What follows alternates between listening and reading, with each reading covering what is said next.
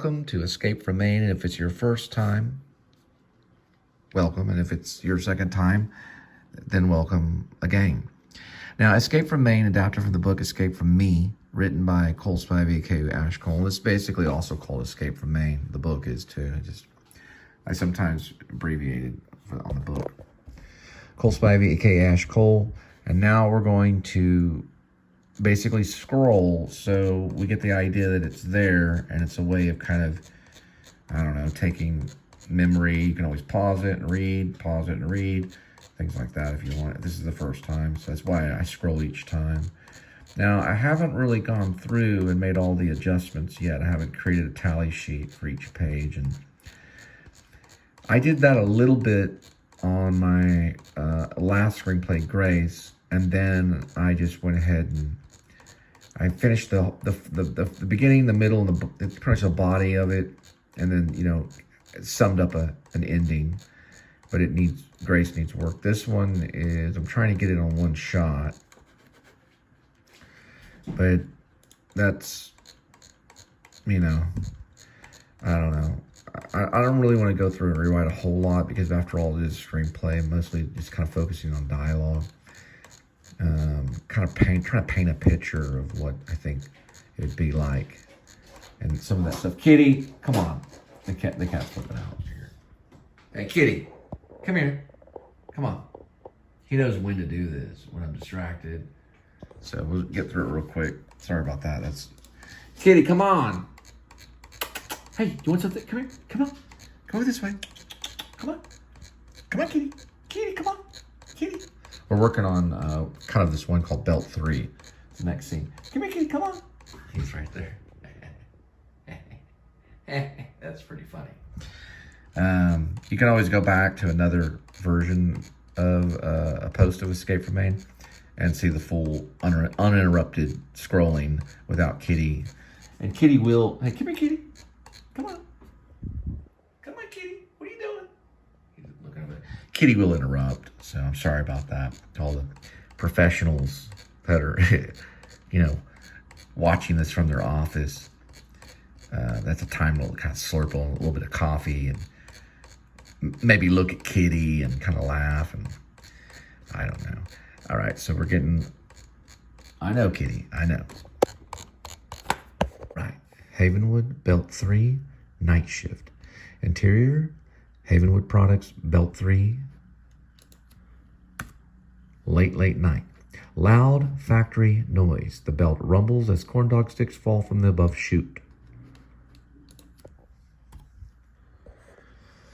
Nick, a young man, wears blue, thick, smooth rubber gloves and jeans and a t-shirt and a white lab coat. Nick stuffs a load of corn dog sticks into the white box. HAVENWOOD Worker 1 sits at the belt on a bar stool, dressed similar.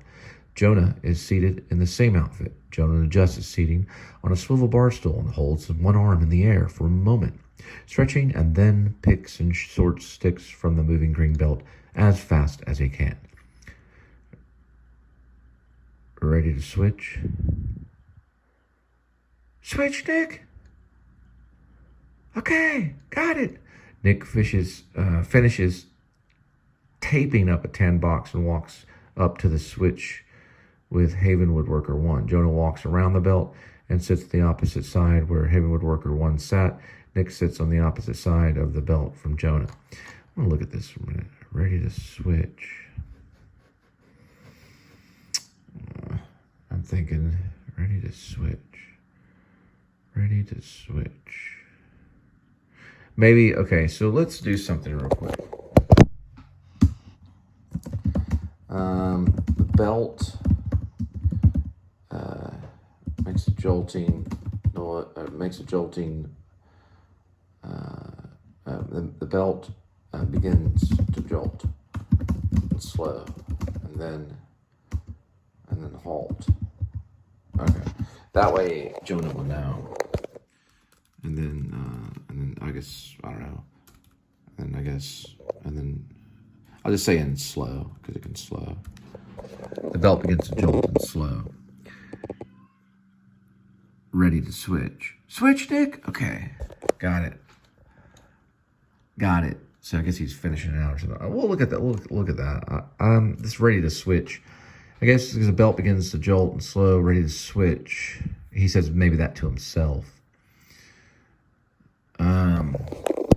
Let's go ahead and just put a parentheses in here like this, and then just say to himself.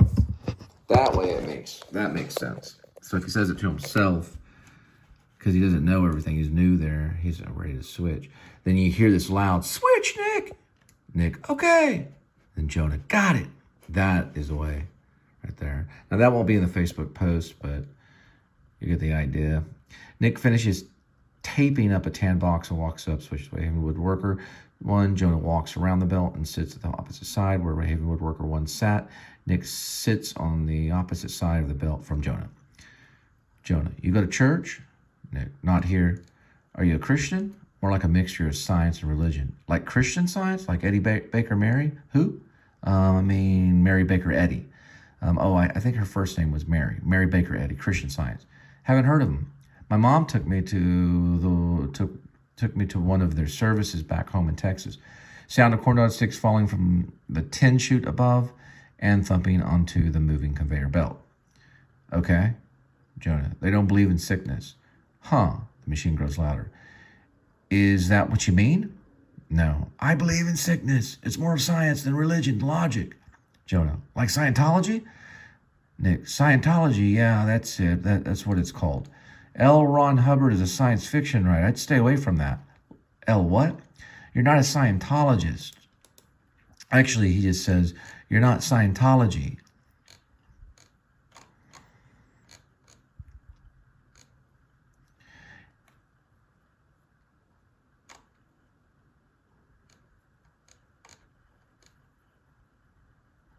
Okay, here it is. You're not Scientology, Nick. You're something else.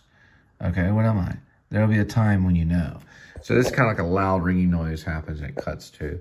So we'll get to Nick later. He's kind of an interesting character.